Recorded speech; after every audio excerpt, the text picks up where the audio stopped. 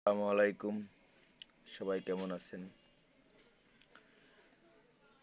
বোঝা বয়স থেকে দেখতেছি বা জানতেছি, শুনতেছি ভারতবর্ষে ভারতবর্ষে প্রচুর পরিমাণ মুসলমানকে উপরে অত্যাচার করা হয়। উত্তরপ্রদেশে তো প্রায় সময় অত্যাচার করা হয়, সেই মাপের অত্যাচার করা হয়। উত্তরপ্রদেশের এই টেকো যোগী, যোগী টেকো মসজিদগুলো ভেঙে দেয় বোল্ডেজার দিয়ে। ওরা তো যোগী টেকো যোগী না বলে ভারতবর্ষে বলে ওই বোল্ডেজার যোগী। মাঝে একদিন উত্তরপ্রদেশের এক মসজিদে 5 জনকে গুলি করে মেরে ফেলেছে এই টেকো যোগীর সে পুলিশে। তো ভারতবর্ষের ব্যাপার, ভারতবর্ষে যাদের মারা হয় তারা ভারতের নাগরিক, সে মুসলমান হোক, তারা ভারতের নাগরিক।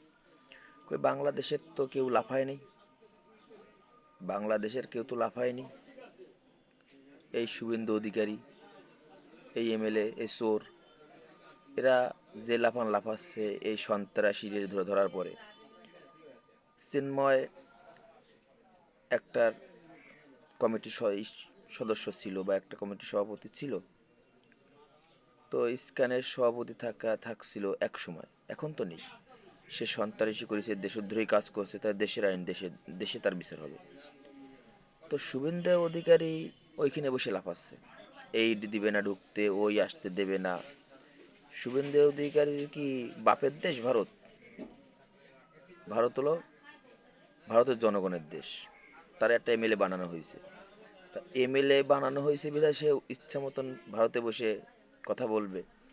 সে তার দেশের ব্যাপারে বলুক না, তার দেশের মুসলমানকে মারতেছে, তারা সেখানের নাগরিক, তাদের মারি ফেলাচ্ছে। যোগী 2 দিন পর পর মসজিদগুলো বোল্ডাজার দিয়ে ভেঙে দিচ্ছে, তো সেই ব্যাপারে তার মাথা ঘামে না।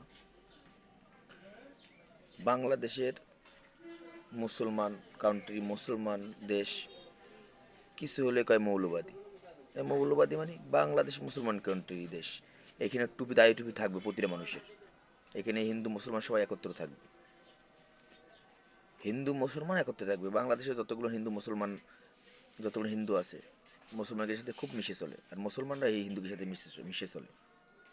ভারতের মতন তো না, যোগীর মতন তো না, টেকোর মতন যে অহরহর মসজিদ ভেঙে ফেলাচ্ছে বোল্ডেজার যোগী।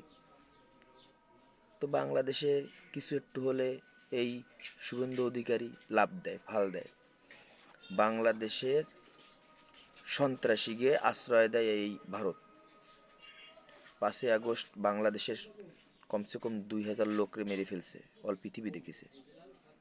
সেই সন্ত্রাসীকে আশ্রয় দিছে ভারত, সবচেয়ে বেশি ভারতে আছে। সবচেয়ে বেশি সন্ত্রাসী বাংলাদেশ থেকে পলায় ভারতে যে পলায়ন দেয়, আর সে এই শুভেন্দু অধিকারী বা নরেন্দ্র মোদী আশ্রয় দেয়। বাংলাদেশের জনগণ, বাংলাদেশের নাগরিক, সব বাংলাদেশের তারা জানে, সব তারা বহির্বিশ্ব জানে যে এইসব সন্ত্রাসী বাংলাদেশের জনগণ, বাংলাদেশের নাগরিক।